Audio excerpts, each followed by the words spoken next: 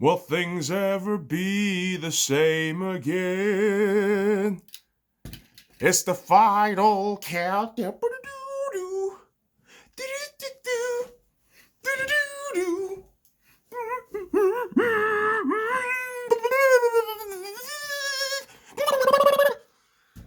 Woo-wee. As you can tell from the sweat and the exasperated breathing, that does take a lot out of me, boys and girls, because I'm a fat piece of shit. But I'm here to bring you SkyLounge Podcast, episode number 321. Piggyskin picks conference championship cavalcade, final Tango, Prelude, and hoo-wee.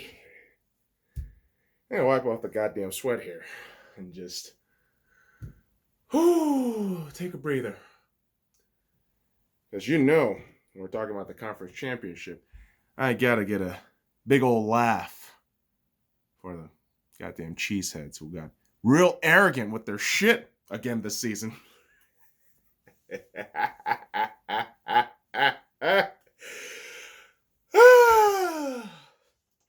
Packers fans, how many fucking times are you going to tell me that Aaron Rodgers is the GOAT, but he fails to live up to those standards time after time?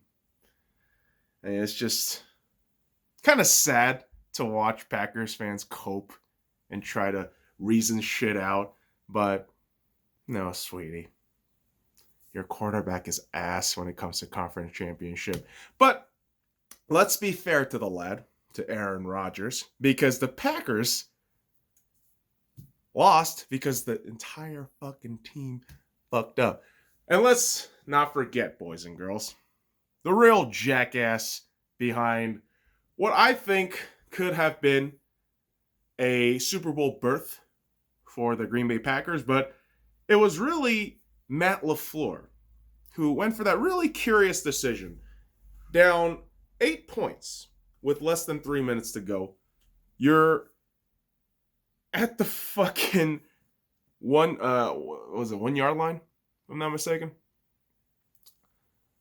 Oh, actually 1 yard away from first down in the red zone. So, kind of fucked that up there. It's been a while, boys and girls. But guess what? As much as I fucked up remembering that shit, Matt LaFleur actually fucked up in the execution. Because at 4th and 1, down 8 points in the red zone and less than 3 minutes to go, guess what this jackass did? Just guess. Matt LaFleur, the head coach of the Green Bay Packers, elected to go for the field goal. And this is the best part. At this point, Tom Brady wasn't doing all that well. He just wasn't. He threw 3 interceptions very late in the game. And if I'm not mistaken, the Packers could only capitalize off with 1 or 2 field goals? Is that right? So,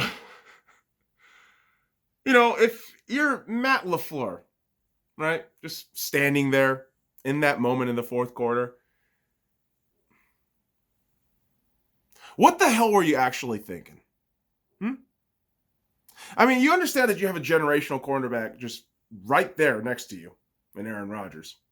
And he can probably make something happen at 4th and 1, down 8 points. And, hey, potentially, if you scored a touchdown there, you are either going, cutting that deficit to either 2, 1, or you tie it up, right? Am I wrong on the fucking math here? No, I'm not. And what bothers me more is that, again, the Packers fans who try to cope this shit out are saying things like, Brady cheated. The refs helped the fucking Buccaneers. Can you shut the fuck up? Can you bitches just take a fucking L for once? You and Steelers fans, I swear to fucking God, I don't know who the biggest bitching fan base is. Really. I mean, take the fucking L. Quit it with this fucking excuse of, the referee screwed us. The Packers should not be fucking complaining about getting jobbed by refs. You motherfuckers get all the benefits from refs. Ask Lions fans, ask Vikings fans, ask Bears fans, ask any of the fucking times where a fucking team goes to goddamn Lambeau and all the bullshit happens. So shut the fuck up about that and go blow it out your ass. Honestly.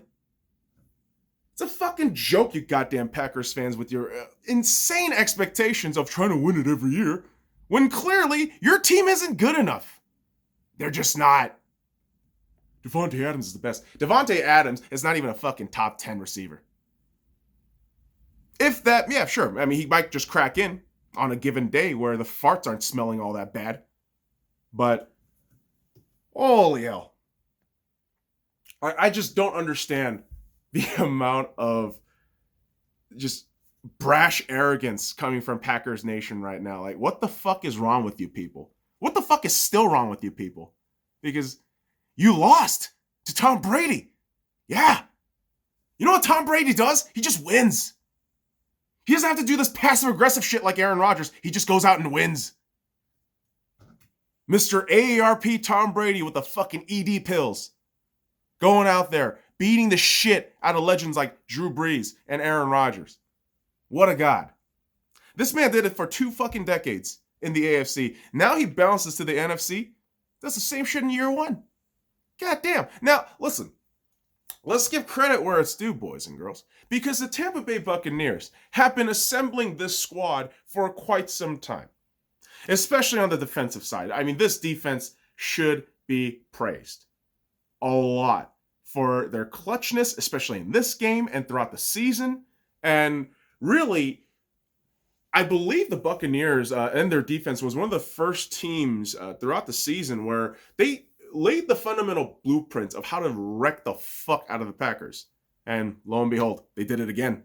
And, you know, I got a feeling that with this win for the Tampa Bay Buccaneers, or more appropriately, the Tampa Bay Buccaneers, that there's all the momentum and juice going for them, right? Despite the fact that, yeah, late in game, Tom Brady, as I mentioned, threw 3 interceptions. Not great, but at the end, it's because of Tom that they got the win. Yeah.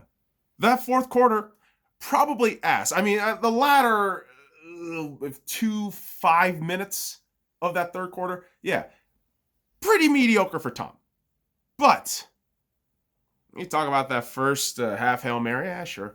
You could shit on the Packers player, sure. But, ooh, Tommy boy don't play.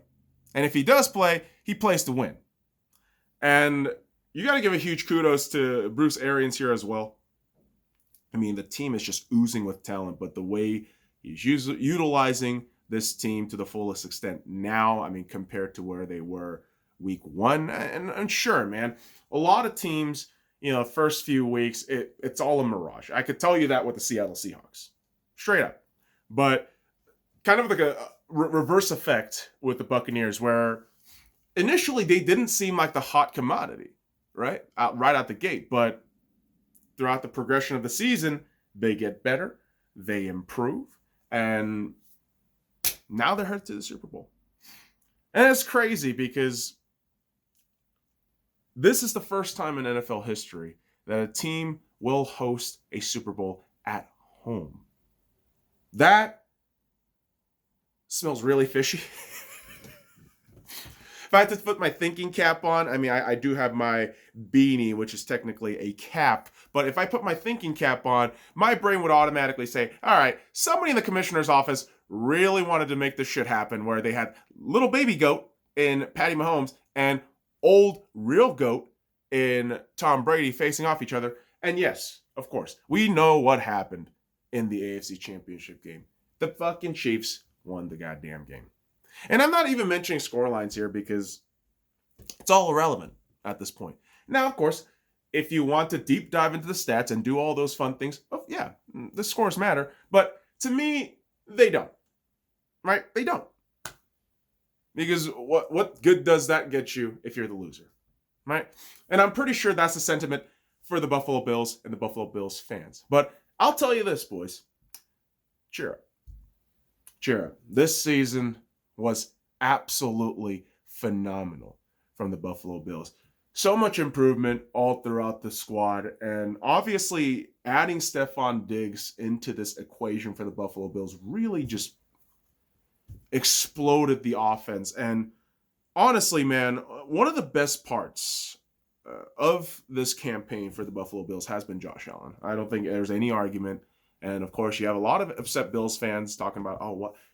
Josh Allen didn't win MVP. Yeah, he didn't. And with right reason. I mean, he won the fantasy player in the NFL, which is total bullshit because it should be Young Ho Koo. Duh! But Josh Allen showed a lot of grit, showed a lot of tenacity, and this man has shown that he will improve, that he will get better. He will put the effort in. Why do I say that? Because I remember last season in the wild card game where this dude, Josh Allen, choked away the game against the fucking Houston Texans, which just epitomizes and represents choke job in the NFL. Like the worst of the worst in the NFL, especially when they were helmed by Bill O'Brien. But I recall after that game, I said, oh, Josh Allen's a bit of a choker. I don't care for this at all. But he changed my perspective. He changed my opinion on him. And I'm hoping that, paradigm shift for me. I mean, he continues to go down that positive trajectory of improving himself, thereby improving his team. And man, this dude being unlocked is really the key for the Buffalo Bills. And the sky's the limit now. I mean, Sean McDermott, who didn't get Coach of the Year. And yeah, again, you're going to have upset Bills fans. Understandable. But what you have to recognize is that Sean McDermott, despite not getting the award for Coach of the Year, this man has been setting the tone, setting the culture, and implementing his philosophy so that there is a clear pathway for the Buffalo Bills to succeed in the future and keep building themselves up. Now, am I familiar with the Buffalo Bills cap situation? Not necessarily. No, I won't say that I'm an expert at all. But I got a good feeling about this Buffalo Bills team. And will they overpay Josh Allen? Probably. I mean, you'd have to, just because he's the best damn quarterback your franchise has had since, Jim Kelly, which speaks volumes. It's been a long time for the Bills fans, but I do think Josh Allen has that potential. Now, I'm not saying he's Jim Kelly. Jesus Christ, relax. Relax! This is a morning for hyperboles. But what I am here to tell you is that the Bills fans, I believe, will be upset, sure, but they understand. I mean, the real Bills fans will understand that this is just a start. And so, hey, head into the offseason, revamp, tinker a little bit, go into the draft, get you some assets, and help out Josh Allen.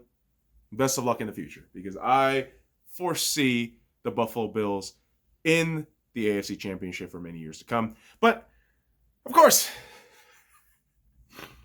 the reality is you also have the Chiefs, who go back-to-back in their AFC Championship wins. Congratulations to them.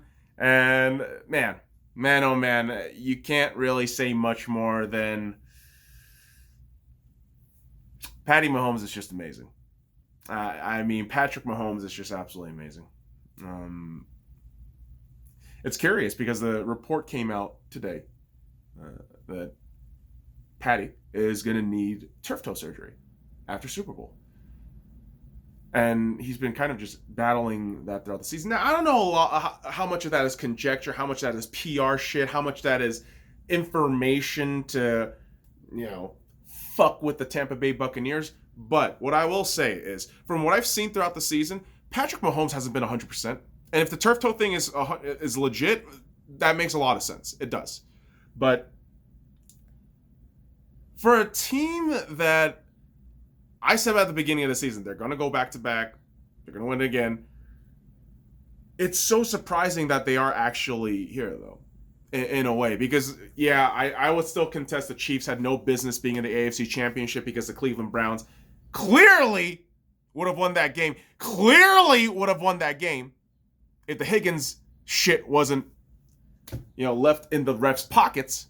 But, boy, oh boy, the Chiefs are looking real fine. I mean, Andy Reid has all the weapons and toys in the world, and good for Andy, man. I mean, this is a long-suffering head coach who's been there so many times and lost to so many more times, and man, it's just really good to see him finally having that quarterback that he can call his own, build his, already legendary status into just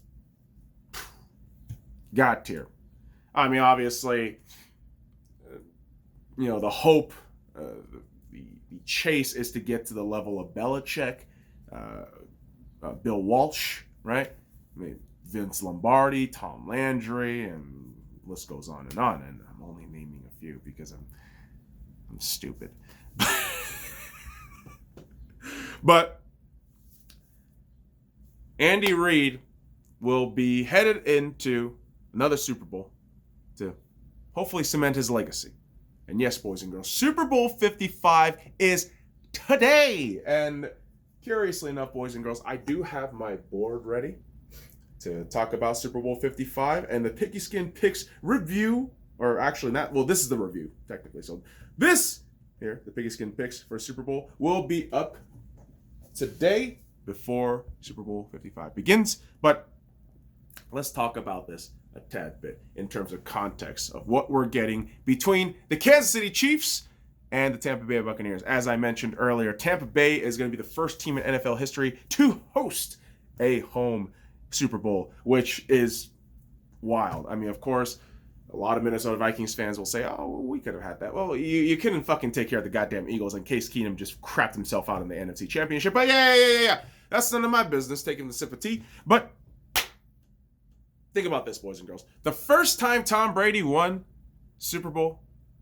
in 2001, Patrick Mahomes was 6 years old and throwing baseballs and footballs in the backyard with his parents. Wow. Now, they're in the 55th Super Bowl.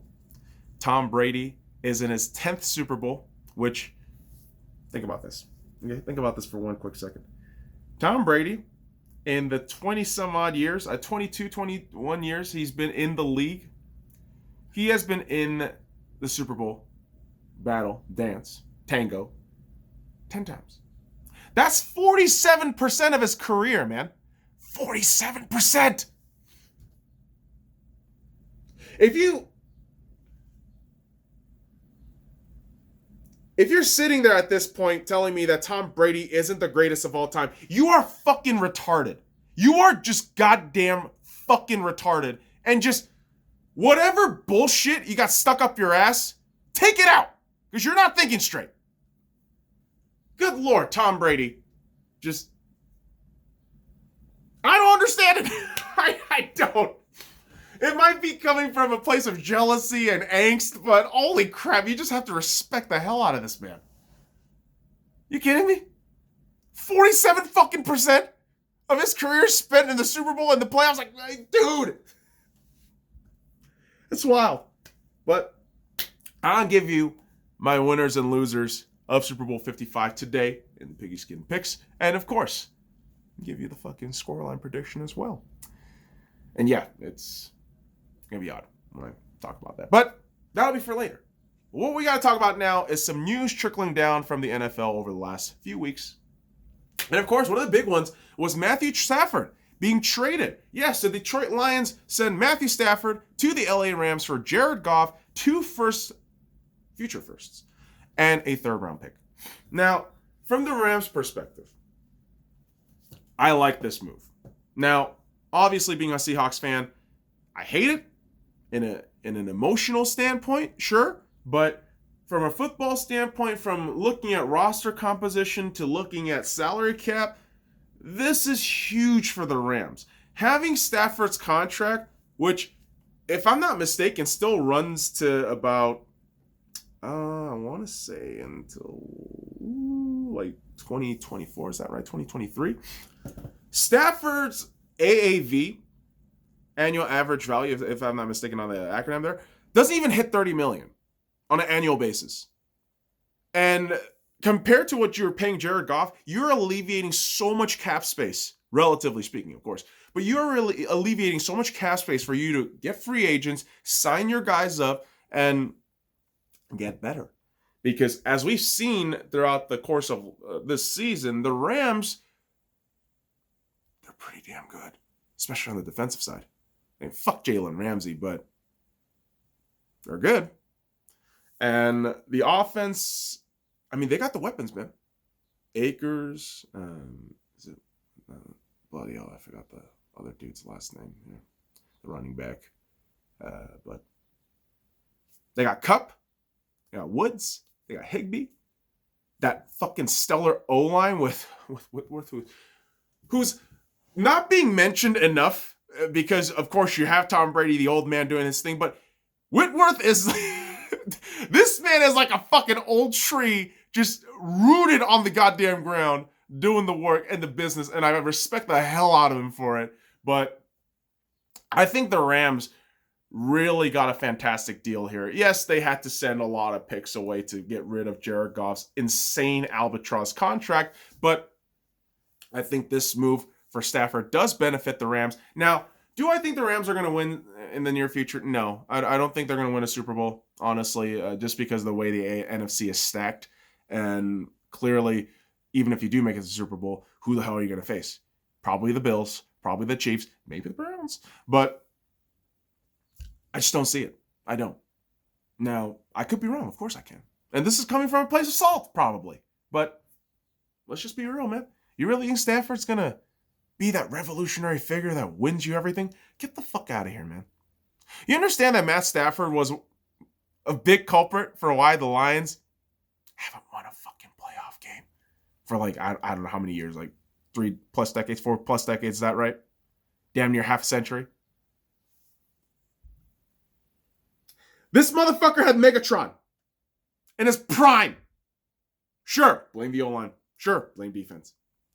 But Stafford is also culpable. This scripted motherfucker turns over the ball in the fourth quarter every single time. It is a fucking measured calamity. And it's horrifying when you get to watch that shit. It's like, oh, great. Matt Stafford sucks. Especially if you're a fantasy or a gambler. That shit bums you out. But Rams looking decent, man. They are. I mean, all the implications aside, I mean, this move, I think, is solid for the Rams. Now, for the Lions, questionable. Because I don't trust your organization. Your culture has been ass for I don't know how long. The head coaching hire of Dan Campbell is really... It's going to be a hit or miss, man. That's really it. That's all you can really say about this Detroit Lions team. Jared Goff is so bang average. I mean, he's in the same caliber as Matt Stafford. The only difference is that Matt Stafford is just being paid less, and you have, again, cap alleviation. But, hey, you're getting back assets, right? I mean, hopefully you don't fuck it up. TJ Hawkinson's kind of a big upcoming guy. Maybe add some more weapons to not burden the guy too much. But what do I know? That's just me. And of course, if you're a Lions fan, you're probably going to have more opinions and more insight into that. So, hey, you got Jared Goff. Yay. But quarterbacks are being cum swapped all over. And of course, the Pittsburgh Steelers picked themselves up a young, dumbass quarterback, which, I mean, fits the profile of the Pittsburgh Steelers to a T. And you bring in Dwayne Haskins.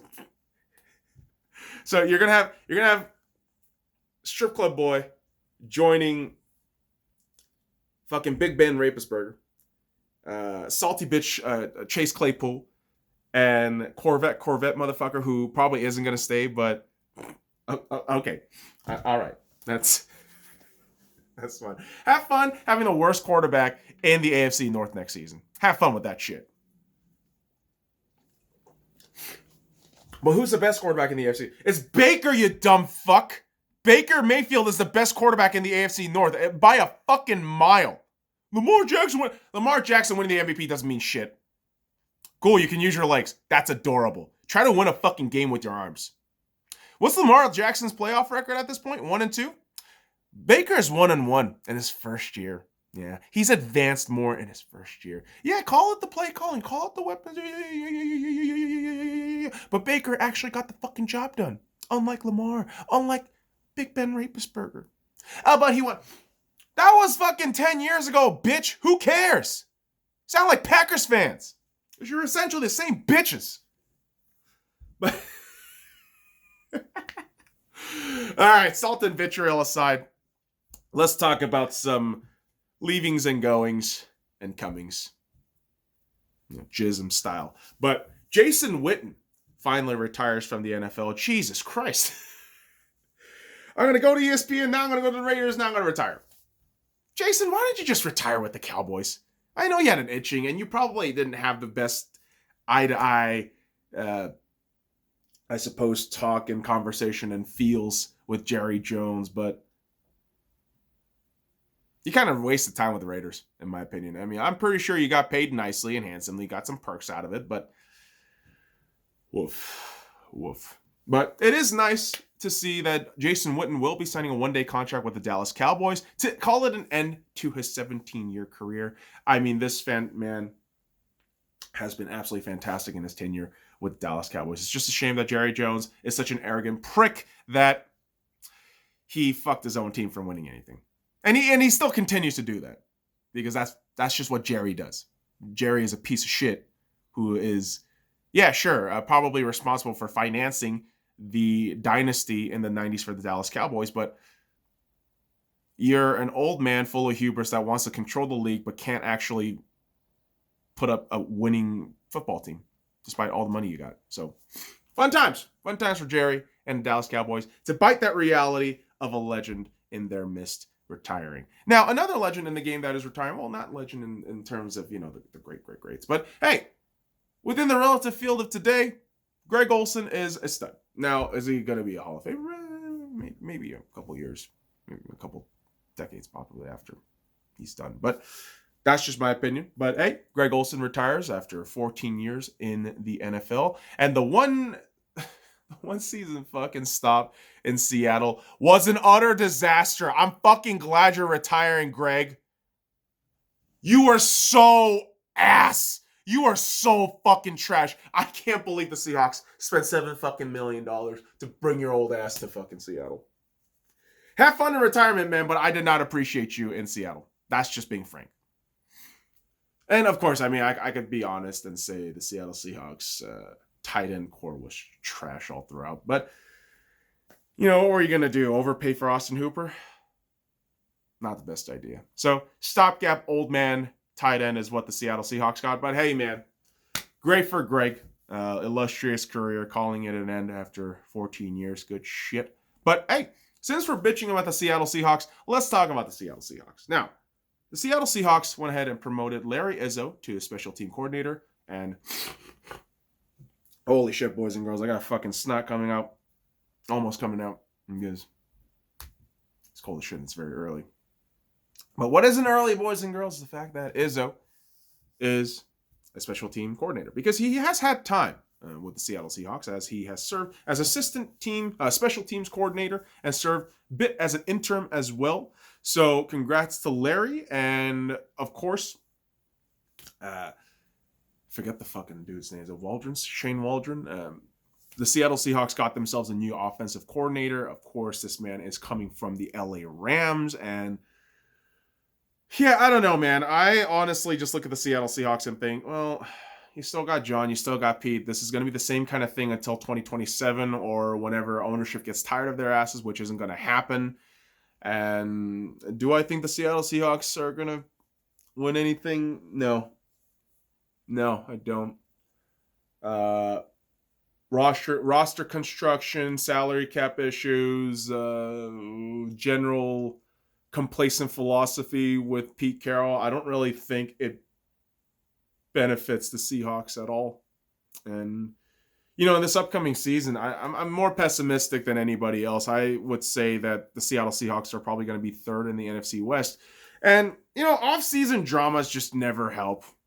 I suppose pessimism from what I'm looking at it. It never helps. So when the whole Chad Wheeler shit comes out, Seattle Seahawks former offensive lineman, I just think, fuck. Are we slowly but surely turning into the goddamn Steelers with the less offensive, less rapey quarterback and Russell Wilson? I mean, who the fuck knows? But, ooh-wee. Chad Wheeler. Real fucking piece of shit. So this guy was arrested and released on bail after he beat the shit out of his girlfriend after not being on his bipolar medicine pills for weeks. And man, I'm all about not pilling yourself up, trying to do shit naturally nowadays mostly. But bro, if you're bipolar and you're at your fucking body build of what, so you're like 300 fucking some pounds, that's 6'4", 6'5", dude, and you have rage and aggression issues, you shouldn't be around people, you fucking piece of shit. What the fuck is wrong with you? You serious? And I hope nobody fucking hires Chad Wheeler. I hope you get some fucking help, my son, and start something else. Maybe go to Canada and play over there, eh? Those cucks would love you out there. But fuck Chad Wheeler. Fuck the goddamn Seahawks O-line too, by the way. It is just trash. But that's the brutal reality of the Seattle Seahawks, man. But hey, the nice thing about the Seattle Seahawks was revealed in the NFL awards. I know, weird transition. But I have to talk about the Seattle Seahawks in a positive manner, relatively speaking, to how we had to bombard you with the Chad Wheeler talk. But hey, Russell Wilson has won Walter Payton Man of the Year for his, multiple contributions to the community of Seattle, what the work he does with children. Of course, you have the whole social media, social justice advocacy shit, which I personally don't agree with. I think a lot of the narratives have been falsified and bullshit, and it's just a lot of leftist propaganda just being forced down our throats. But I know the work that Russell Wilson does in Seattle. The man has fucking poster boards and billboards all over fucking Seattle, with hospitals and shit. And, you hear from people that work locally. They talk about how, on hands he is. I mean, he goes to the hospitals every Tuesday and just gives back. And so kudos to my guy, Russ, man. That's my quarterback right there. And of course, in my mind, Russ is going to be a Hall of Famer, and this shit just is cherry on top. So good shit for Russell Wilson. A lot of good shit from the NFL awards. So we had the Hall of Fame inductees: Peyton Manning, Calvin Johnson, Charles Woodson, John Lynch, Alan Faneca, I could be saying that now, I'm name wrong, I apologize. Drew Pearson, Tom Flores, and Bill Nunn. Good shit. I know a lot of folks are looking at Calvin Johnson and thinking, oh, why? Dude, Megatron was great. Okay? Just look at the Lions. Just look at the Lions in those years, and then you just tell me that Megatron doesn't belong in the Forest Ballot Hall of Fame. Get the fuck out of here. So let's talk about the awards that came out for the NFL awards. I mean, no shit, right? Comeback Player of the Year goes without saying. It went to Alex Smith, of course. Dude, the injury that he came back from, it's insane all on its own. But for him to play, and really when Alex Smith was on the field, you had a better chance of winning with the team in the Redskins than when you put in fucking Dwayne Haskins or Kyle Allen. Is that right? Jesus Christ, dude. But hey, they got Tyler Heineke. I mean, he's probably going to get paid somewhere else handsomely, but kudos to Alex Smith on getting that. And your Offensive Rookie of the Year, Justin Herbert from the LA Chargers. Boo! Boo! Should have been Justin Jefferson, but I'm moving on. Fuck that. Justin Herbert, that's adorable. Baker Mayfield had a better Offensive Rookie of the Year season than you by a mile, and he missed about 2 games. So take that for what it is. Now, Defensive Rookie of the Year, Chase Young. No surprising, from the Washington Redskins. I would have maybe argued Jeremy Chin for the Carolina Panthers, but no. Chase Young, different kind of animal. Just watch the tapes, bro. Chase Young is fucking amazing. That dude is going to be a generational talent. Coach of the Year, you have Kevin Stefanski of the Cleveland Browns. Awesome pick. I honestly thought it would have been Brian Flores or Sean McDermott, but for Kevin Stefanski to get that, it's a huge testament to what he's been doing over there in Cleveland. And of course, I still would contest that he should divert the responsibilities of play calling away from himself to his coordinator. I forget his name.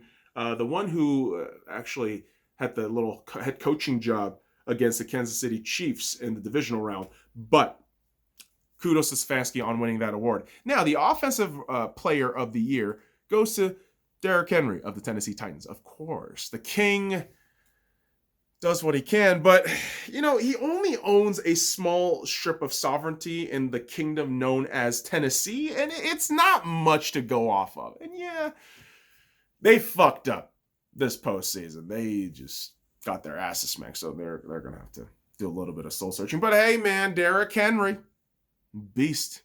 I mean, he's just incredible.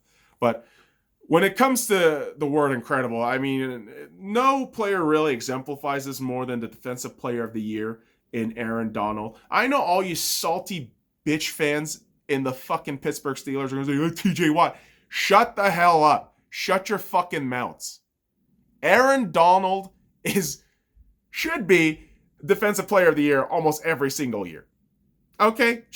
Not just simply by metrics. When you watch the tape, this dude has significance and impact even on plays that he doesn't have numbers on. His presence alone is insanely beneficial to the LA Rams defense, and they get off on that. That's how they do well. I've seen it as a fucking Seahawks fan way too many times. Huge kudos to Daddy Donald on that one. Now, MVP, Aaron Rodgers. That's adorable. Cool. 3 MVPs. Good job, Aaron. But you're 1-4 in the NFC Championship. Just remember, Russell Wilson is 2-0 in the NFC Championship, and he beat your ass to get to that second Super Bowl. Which, yeah, we lost, of course. I mean, but huge kudos to my boys back then. It is what it is now. And, hey, ultimately, kids, Super Bowl in a couple of hours. It's going to be amazing. It is going to be fucking amazing. I'm going to have that baby on mute, of course, because I don't want to listen to any goddamn commercials. So, hooray! The next episode, boys and girls, we are going to get into some sports ball updates. So, be on the lookout for that. Okay? Okay. So, until next time, kids, fuck off. Ugh, I can blow my nose, dude. Ugh.